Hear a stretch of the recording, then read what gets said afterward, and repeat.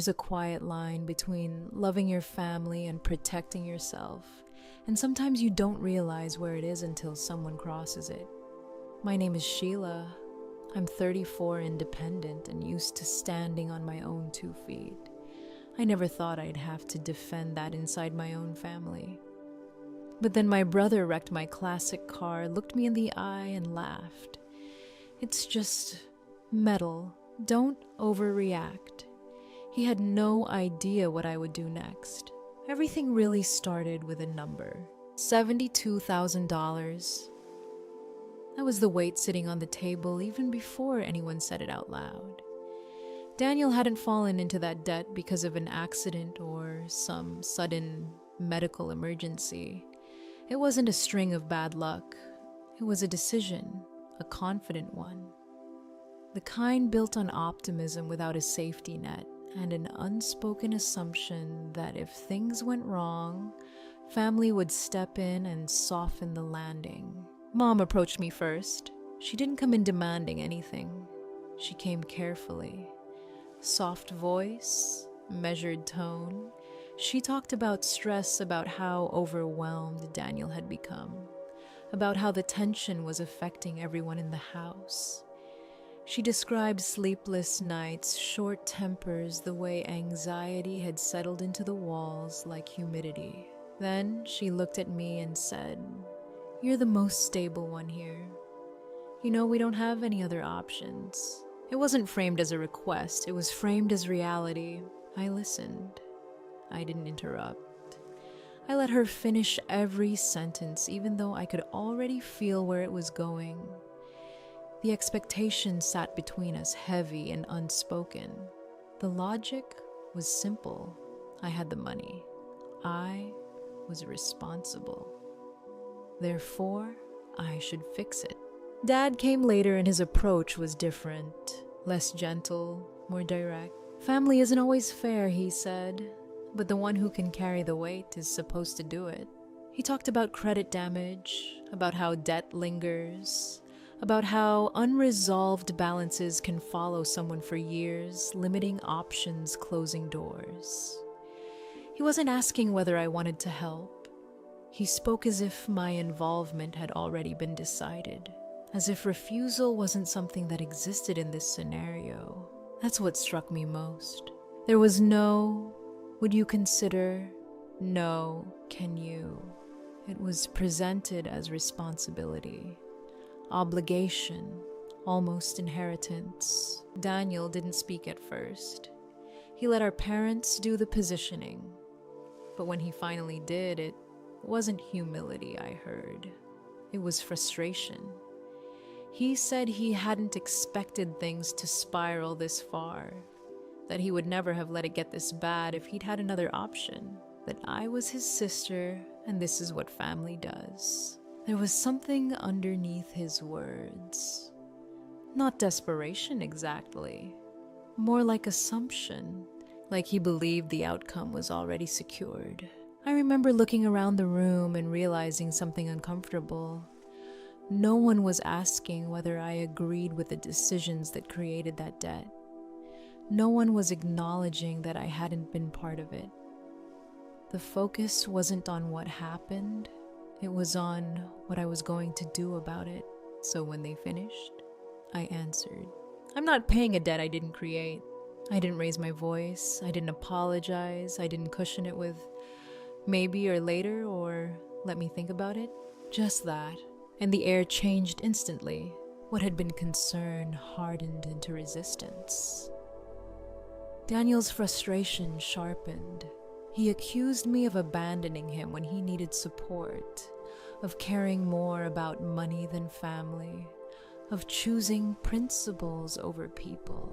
He said that if our positions were reversed, he would have helped me without hesitation. I didn't remind him that history didn't support that claim. I didn't need to. I simply said that I hadn't encouraged the decision, benefited from it, or agreed to back it. That my financial independence didn't make me a backup plan. That explanation didn't calm him. It fueled him. The language in the room shifted.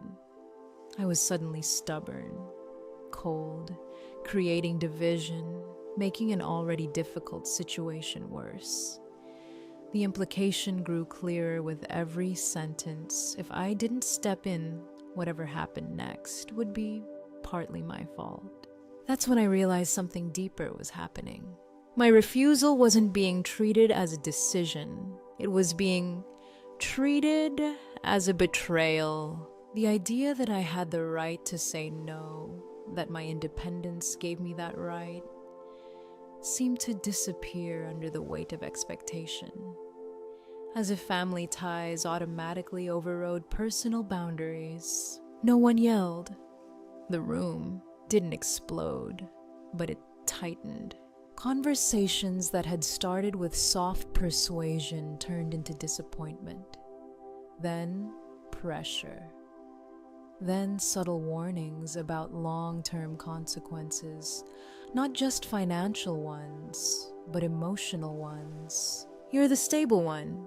You'll be fine either way. He's under pressure. You always land on your feet. Each sentence carried the same message: you can absorb this. So, you should. And that's when I understood that this wasn't just about money anymore. It was about entitlement. About the belief that because I had built something stable for myself, I owed access to it.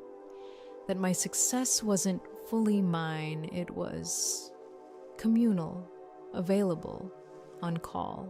When I held my ground, something fundamental shifted. The comfort they had in assuming my compliance disappeared, and in its place came tension. By the time the conversation ended, it was clear the issue hadn't been resolved.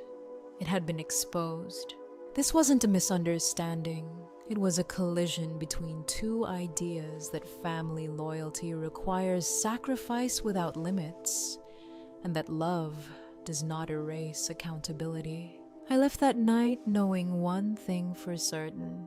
The boundary I set wasn't just about $72,000. It was about whether my no meant anything at all. Later that night, I learned how far resentment can travel when it isn't checked. I wasn't expecting him to come back. The house had gone quiet. The argument earlier felt unfinished but contained. Then I heard the garage door grinding open. That sound is different at night. Sharper, louder, it carries. Before I even turned around, I knew. Daniel walked in like he had already decided what this moment was going to be. His movements weren't wild or chaotic. They were tight, controlled. His jaw set, shoulders rigid, every step deliberate. He didn't ask why I was in the garage. He didn't try to restart the conversation. He didn't pretend he was there to cool off. He went straight to the car. My car. He slammed his palm down hard on the hood. Not a tap. Not a warning. A strike. The metal rang out in the enclosed space, the sound bouncing off concrete walls. It wasn't accidental. It wasn't clumsy. It was an outlet. I said his name once, calmly. Not pleading, not yelling. Just a boundary in a single word. He didn't respond. Instead, he grabbed the driver's side door and yanked it open so violently that the hinge let out a strained, high-pitched screech. He pulled it past its natural stopping point, forcing the frame to twist. I could see it shift, see the alignment break in real time. The door would never sit flush again. He stepped back, almost evaluating the damage, then kicked the side panel. Once, twice. Each impact leaving a deep dent that caught the overhead light at a new wrong angle. The paint scraped away in long, uneven scars. I stood there, not frozen, not unaware, just still. There's a strange clarity that comes when someone crosses a line you didn't think they would. Your mind stops scrambling for explanations. It just watches. He reached down and grabbed a tool from the workbench. For a second, I thought maybe he was going to throw it. Instead, he swung it downward into the front headlight. Glass exploded outward, scattering across the concrete floor in sharp fragments. The sound was violent and final, and then he laughed. Not loudly, not hysterically, just a short, dismissive sound under his breath. He turned to me, eyes cold, and said, "It's just metal. Don't overreact." The way he said it, that was the part that landed hardest, as if the sentence erased everything. The time, the care, the ownership, the fact that it was mine. As if reducing it to metal stripped it of value and stripped me of the right to care. He looked at me like he was waiting for me to explode, to scream, to match his volume so he could point and say, "See, you're the dramatic one." I didn't give him that. I didn't move toward him. I didn't raise my voice. I didn't rush. To shield the car like that would undo what was already done. I just watched him. He kept talking. "You care more about a car than your own brother," he said louder now. Accusatory, not confused, not hurt, accusing. But the question wasn't real. It wasn't asked to understand me. It was asked to justify himself. That's when I heard it. Voices from inside the house. A door opened, then closed. Someone called his name, not sharply, not urgently. Just enough to acknowledge they knew something was happening in the garage. No one came out. No one stepped between him and the car. No one said, "Stop." No one physically intervened. That silence, it was heavier than the sound of breaking glass, because it meant this wasn't just Daniel losing control. It was Daniel being allowed to lose control. I realized in that moment that the damage wasn't unfolding in secret.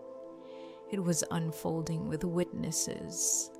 And those witnesses chose distance. He swung the tool again, not because there was much left to destroy, but because he could. Because he was filling space with force. Each movement felt rehearsed, like he had been carrying this anger for hours, and finally found somewhere to place it. I said his name a second time, still calm. That seemed to frustrate him more than anything. He turned fully toward me, breathing hard, waiting for a reaction that didn't come. My silence wasn't weakness. It wasn't shock. It was understanding. Nothing I said in that moment would stop him. Nothing I argued would change the story he had already written in his head. The one where my refusal to pay his debt had pushed him into this, where he was the one cornered, the one forced, the one wronged. I could see it in his face, the way responsibility had shifted in his mind. This wasn't his choice anymore. It was my fault for not preventing it. Eventually, there was nothing left to hit. The hood was dented, the door warped, the headlight shattered, the side panel crushed. The garage floor glittered with broken glass. He stood there, chest rising and falling, staring at me like he still expected something. Anger, tears, maybe even an apology. I gave him none of it. He shook his head, muttered something under his breath, and walked out. The garage door stayed open behind him, cool night air drifting in as if nothing had happened. I didn't chase him. I didn't collapse. I just stayed there. The damage was visible, measurable, obvious. But what hit me wasn't the cost of repairs. It was the realization that something deeper had just snapped. It wasn't a momentary outburst. It wasn't a mistake he'd regret in 5 minutes. It was deliberate, intentional, carried out while fully aware that I was watching. And maybe more than that, it was done knowing others were aware too. The relationship I thought I had with my brother, it shifted in that space, because people don't accidentally reveal who they are when they're angry. They reveal what they're willing to justify. He had looked at something that mattered to me and decided it was acceptable collateral damage. A message, a punishment. It's just metal. No, it wasn't. It was the line he crossed when my no didn't bend. Standing there in the quiet after he left, I understood something I hadn't wanted to admit earlier that evening. This was never only about money. It was about control, about entitlement, about what happens when someone believes your boundaries are negotiable. The car could be repaired, dents can be pulled, glass can be replaced, but the trust that cracked in that garage, that didn't make a sound when it broke. And that was the part I knew would never sit flush again. The next morning, I didn't wait for anyone to call. I didn't replay the night in my head looking for different words I could have said. I moved. Opinions had filled the room the night before. Anger, accusations, silence. None of it fixed anything. So I decided to replace all of that with something harder to argue with. Facts. I arranged for a flatbed and had the car transported directly to Mark Delaney, an independent appraiser who specialized in classic vehicles and restoration assessments. I'd been given his name years earlier by a collector friend, the kind of recommendation you keep in the back of your mind and hope you'll never need. When the car rolled off the truck, the damage looked even worse in daylight. Fresh, undeniable. Nothing could be dismissed as wear or age. Nothing could be explained away as old metal. Mark didn't offer sympathy. He didn't react dramatically either. He just started working. He walked slowly around the car, camera in hand, taking photographs from every angle. Close-ups of the warped door frame, wide shots of the side panel where the metal had caved in, detailed images of the shattered headlight assembly, the stress fractures running across the hood where force had been applied. He measured panel alignment with tools I didn't even recognize, checked gaps between seams, opened and closed the driver's side door carefully, then paused. That pause told me more than words would have. The hinge damage, he explained, wasn't something you could simply swap out. It had bent under pressure. That meant structural correction, specialized labor, precision work, not just cosmetic repair. He continued methodically documenting everything. No assumptions, no emotional commentary, just data. When he finished the physical inspection, he asked about the car's history, how long I'd owned it, whether it had been restored before, what components were original. I handed him the records I'd kept over the years, maintenance logs, prior evaluations, restoration receipts. He reviewed them carefully, cross-checking serial numbers and verifying authenticity. Then he looked up and said what I already knew but had never needed to defend before. This isn't a standard vehicle. It was a rare classic. Limited surviving examples, restored with period-correct components, not modern replacements. Its value wasn't just in its appearance. It was in its originality, its documentation, its condition. And condition had just changed. When Mark explained the financial impact, his tone stayed neutral. He didn't inflate the numbers to make a point. He didn't soften them either. The repair costs alone were substantial. Labor parts, specialized restoration techniques to preserve authenticity. But that wasn't the full picture. Even after full restoration, he explained the car's market value would be affected Because once originality is compromised, once structural damage enters the vehicle's history, it never disappears from record. Serious collectors factor that in. Appraisers factor that in.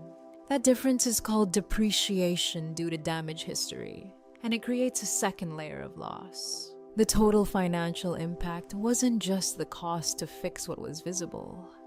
It included the permanent reduction in value that couldn't be undone. It's just metal, he had said the night before. But metal, when rare and documented and preserved, carries numbers attached to it. Numbers that don't bend under emotion. I asked Mark for everything in writing.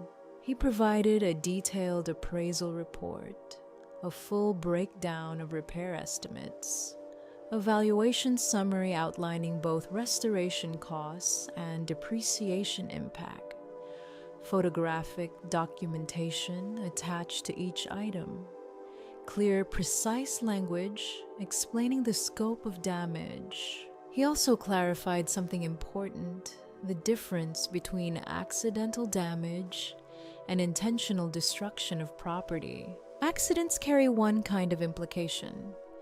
They suggest negligence, perhaps carelessness. Intentional damage is different.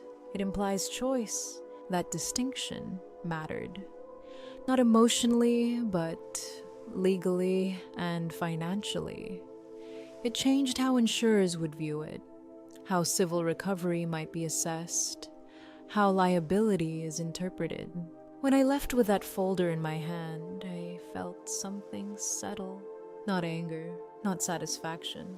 Clarity. Later, when I shared the documentation, the response shifted almost immediately. The same voices that had minimized the damage grew quieter. The confidence that had framed it as overreacting thinned out.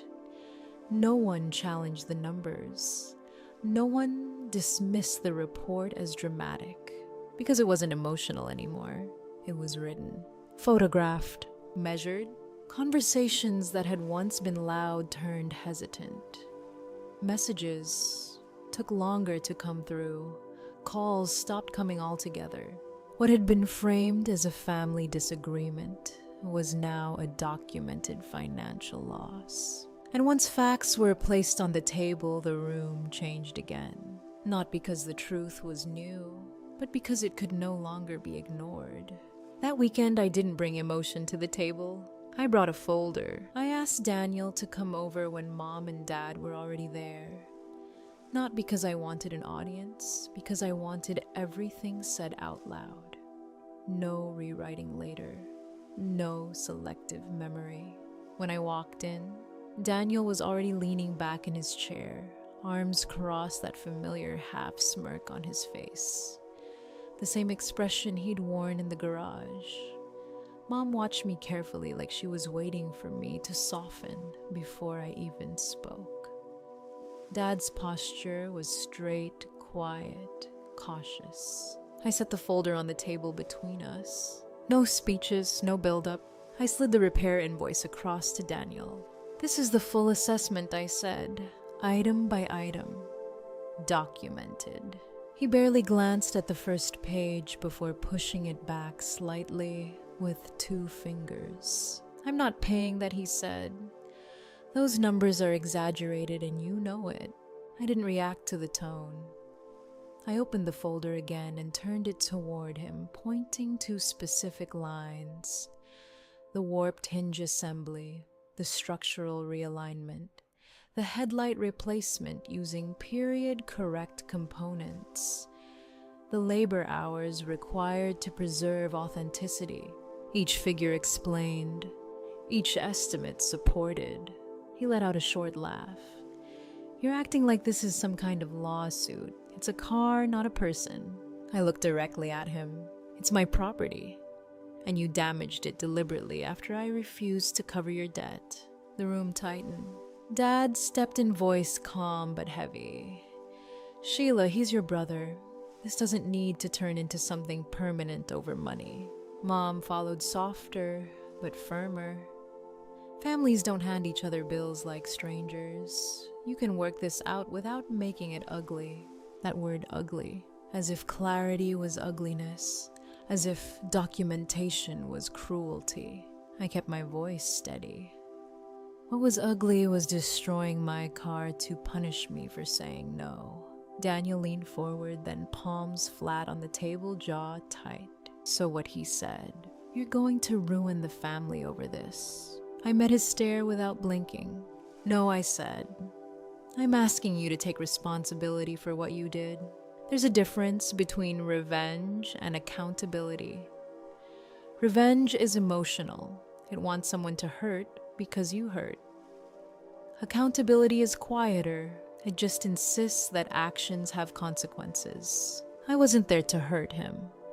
I was there to make the damage real." Dad exhaled sharply. "You're forcing our hand here." "I'm setting boundaries," I replied. "There is a difference." Silence followed that. Not the explosive kind, the uncomfortable kind. The kind where everyone realizes the usual tactics aren't working. I closed the folder and laid out the options plainly. "You can agree in writing to cover the full cost of repairs within a defined timeline," I said. "Or I will proceed through formal legal channels to recover the damages." No raised voice, no threat in the delivery, just structure. "There isn't a third option," I added. "There isn't partial forgiveness. There isn't shared responsibility. You caused the damage." Mom looked between us, her expression tightening. "This feels extreme." I held her gaze. What was extreme was what happened in that garage. Daniel scoffed and pushed his chair back slightly. "I'm not signing anything. You won't actually do it." That confidence again, the same one that had carried him into debt, believing someone else would catch him. The same one that had let him laugh while metal bent under his hands. I gathered the papers back into the folder. "I already have everything documented," I said. "Whether you believe me is not required." The room went very still. No one shouted. No one stormed out dramatically. It wasn't that kind of confrontation. It was quieter than that, heavier. Mom's eyes searched my face for hesitation. Dad's jaw tightened like he was calculating outcomes he didn't like. Daniel stared at the table for a moment, then at me, as if waiting for the bluff to reveal itself. It didn't. I left a copy of the invoice on the table, not as a threat, as a record. Then I stood up. There was no final argument, no emotional closing statement. I didn't try to make them understand me. Understanding wasn't the goal anymore. Action was. As I walked out, I felt something settle inside me. Not anger, not satisfaction, certainty. Whatever happened next wouldn't be decided by guilt or tradition or who raised their voice the loudest. It would be decided by what Daniel chose to do or refused to do. And for the first time since that garage door opened, I wasn't waiting for anyone else to define the outcome. Sheila did not rush into the lawyer's office in anger. She arrived with a folder. Inside were the photographs from the garage, the written appraisal from Mark Delaney, the repair invoice detailing parts and labor, and the earlier messages that showed the context of the confrontation. Everything was organized, tabbed, and chronological, not emotional, factual. The attorney listened quietly as she described what had happened: the debt request, the refusal, the garage incident, Daniel's laughter, the words, "It's just metal. Don't overreact." Sheila did not dramatize it. She did not speculate. She described conduct. When she finished, the lawyer leaned back and said something simple but clarifying. This was no longer a family disagreement. It was intentional property damage. There is a legal difference between accident and intent. If Daniel had backed into the car by mistake, liability would still exist, but it would be negligence. Insurance discussions, repair estimates, apologies perhaps, but deliberate damage, especially after a prior financial conflict, crosses a different threshold. It moves from carelessness to willful destruction. That distinction matters. In civil law, intentional damage exposes the person responsible to direct liability for the full cost of repair, any documented depreciation, and potentially additional damages related to loss of value. Restitution is not a favor, it is a remedy. It is a legal system's way of restoring someone to the financial position they held before harm was done. Sheila understood that clearly. The attorney outlined the process: file a civil claim for property damage, attach the appraisal, include the repair invoice, document the evidence of intent. Once filed, Daniel would be formally served. From there, he would either settle, negotiate payment terms, or contest the claim in court. Sheila did not ask whether it would look harsh. She asked whether it was justified. The lawyer answered without hesitation, yes. Filing the claim did not mean jail time. This was not criminal prosecution, but intentional destruction of property, even within a family, remains actionable. The court does not consider blood relations as immunity. When Daniel was served, the shift was immediate. Up until that moment, he had operated on disbelief that she would follow through. The garage incident had been an escalation meant to intimidate, to provoke, to test how far he could push, even after the appraisal, even after the invoice. There had still been an assumption beneath his tone. She won't actually do it. The formal envelope dissolved that assumption. Civil liability is not abstract. It carries consequences beyond pride. If a court orders restitution and the defendant refuses to pay, enforcement mechanisms follow. Wage garnishment becomes possible. Bank accounts can be subject to levy. Liens can attach to property. Judgments are recorded and can remain part of public record for years. Credit bureaus do not ignore unpaid judgments. A civil judgment can significantly damage a credit score, affecting the ability to secure loans, rent apartments, or finance vehicles. Employers in certain industries review credit history. Future lenders assess risk. What begins as a moment of spite can become a decade of financial limitation. When Daniel met with his own attorney, that reality was explained in measured terms. The laughter from the garage did not translate into the language of a legal defense. The photos did not look accidental. The prior dispute over money established motive. The statement, "It's just metal," did not read as remorse. It read as dismissal. Confidence turned to disbelief, not because he thought he was innocent, but because he had not imagined consequences scaling this high. The parents felt the shift next. Their early posture had been minimizing. It's a Card's family, this can be settled privately. But once the possibility of wage garnishment was mentioned, their tone changed.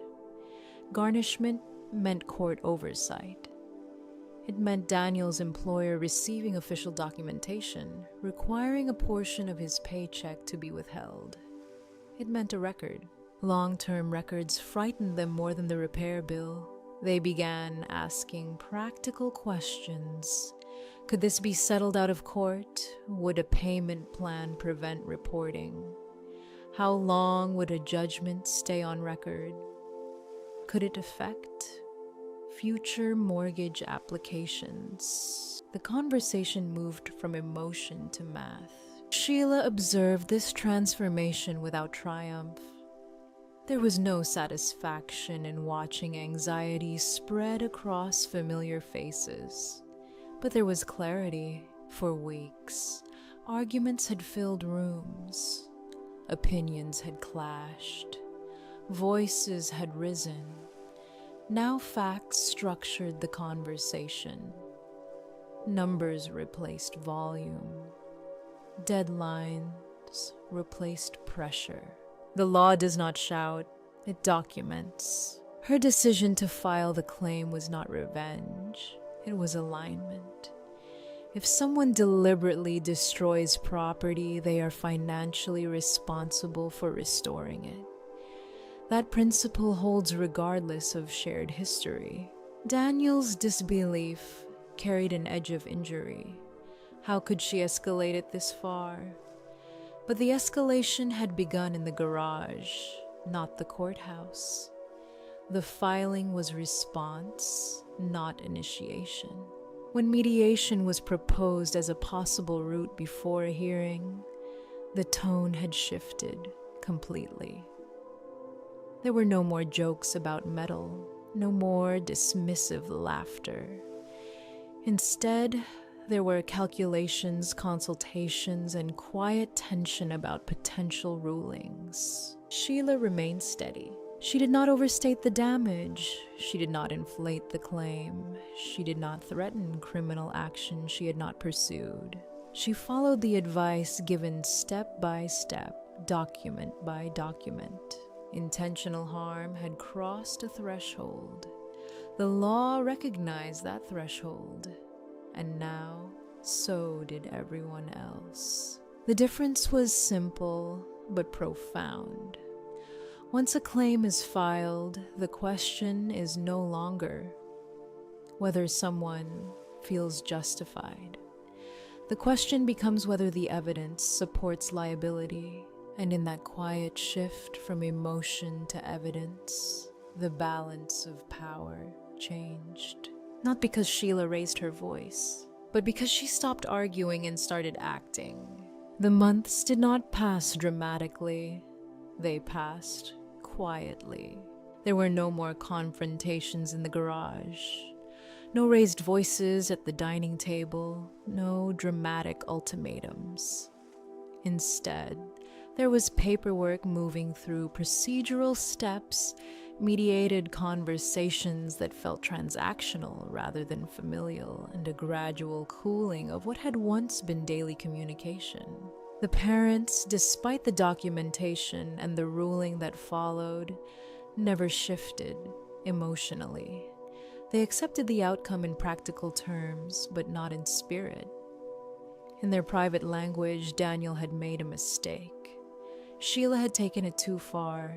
Those two statements lived side by side, never reconciling. They did not dispute the damage anymore. They did not argue the appraisal. They did not deny the intent.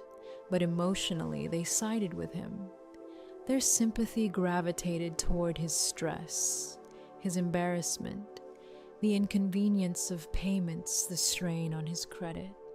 The legal consequences felt heavier to them than the original act. And that was where something settled permanently inside Sheila. It wasn't anger. That had burned out months ago. It was clarity. Phone calls grew shorter. Invitations became less frequent. When they did gather, conversations skimmed the surface. The event was never mentioned directly, yet it hovered unspoken but present. Daniel avoided eye contact at first. Later, he maintained it, too deliberately, as if trying to prove something had normalized. Nothing had. The car returned first. Restoration took time. Specialty parts had to be sourced. Paint had to be matched precisely to preserve originality. The repair shop worked methodically, aware of the vehicle's rarity and historical value. When Sheila finally stepped back into the garage and saw it fully restored, the silence felt different from the one that had followed the damage. This silence was complete. The deep gloss of the paint reflected clean light again. The body lines were smooth, uninterrupted. The interior, untouched by the incident, carried the same faint scent of aged leather and polish. Mechanically and cosmetically, it was whole. But Sheila understood something she hadn't fully articulated before. Restoration does not erase history. It preserves forward function. The car would always have a record of repair attached to its appraisal documents. Future collectors, if there ever were any, would see the notation. Its story now included harm and correction.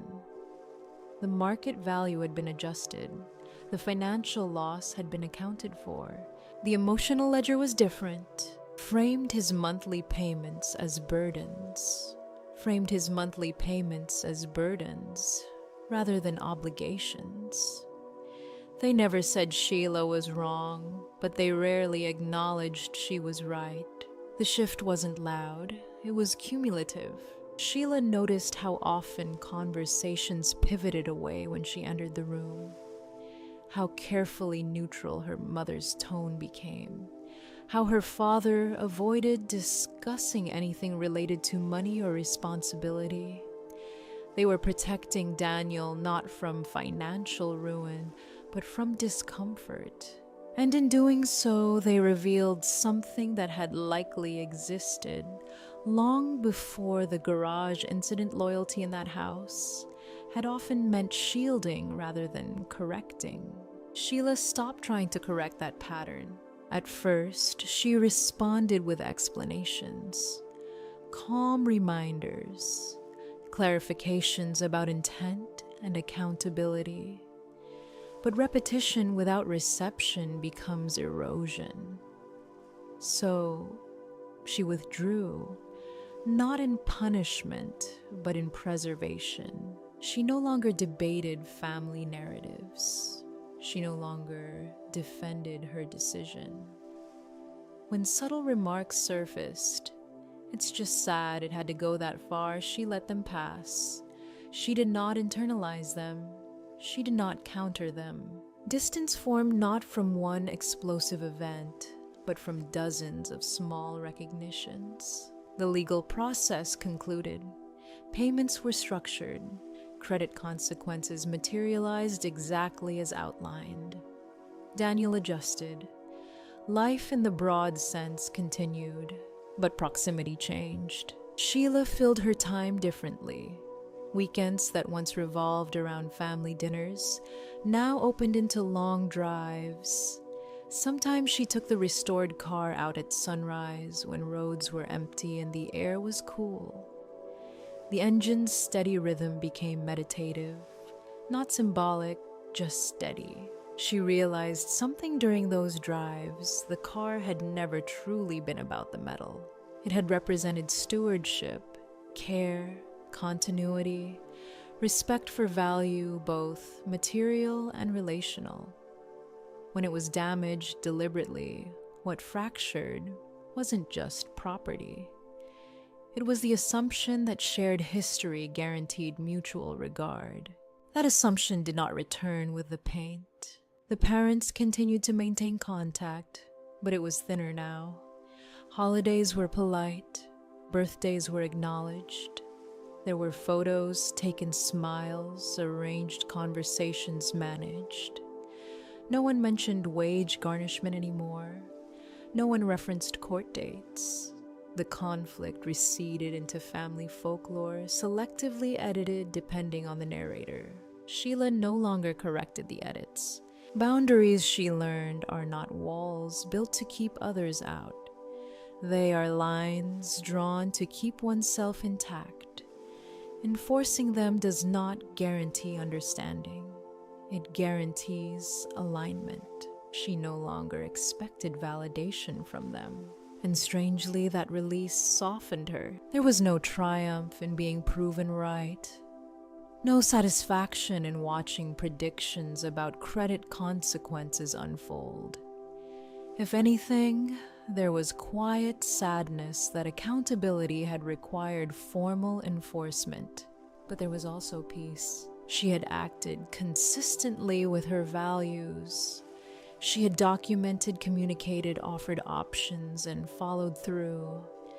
She had not retaliated beyond the harm done. She had not exaggerated. She had not relented under pressure disguised as family unity. Loyalty, she came to understand, is not the same as indulgence. True loyalty sometimes requires allowing consequences to stand.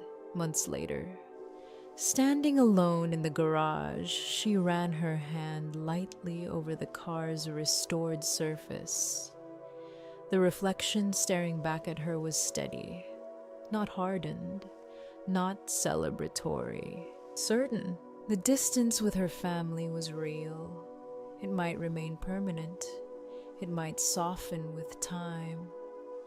That was no longer hers to manage. What was hers had been managed.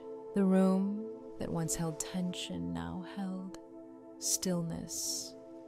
The car was whole. The paperwork was filed away.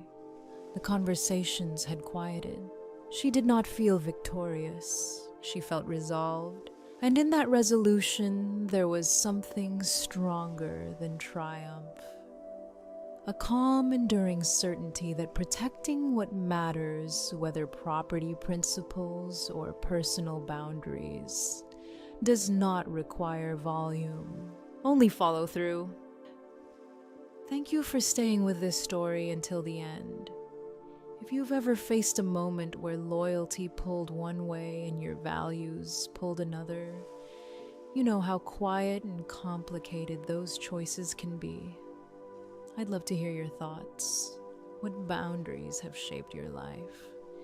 If this reflection resonated, consider sharing your perspective below and gently supporting the channel so we can keep having conversations like this.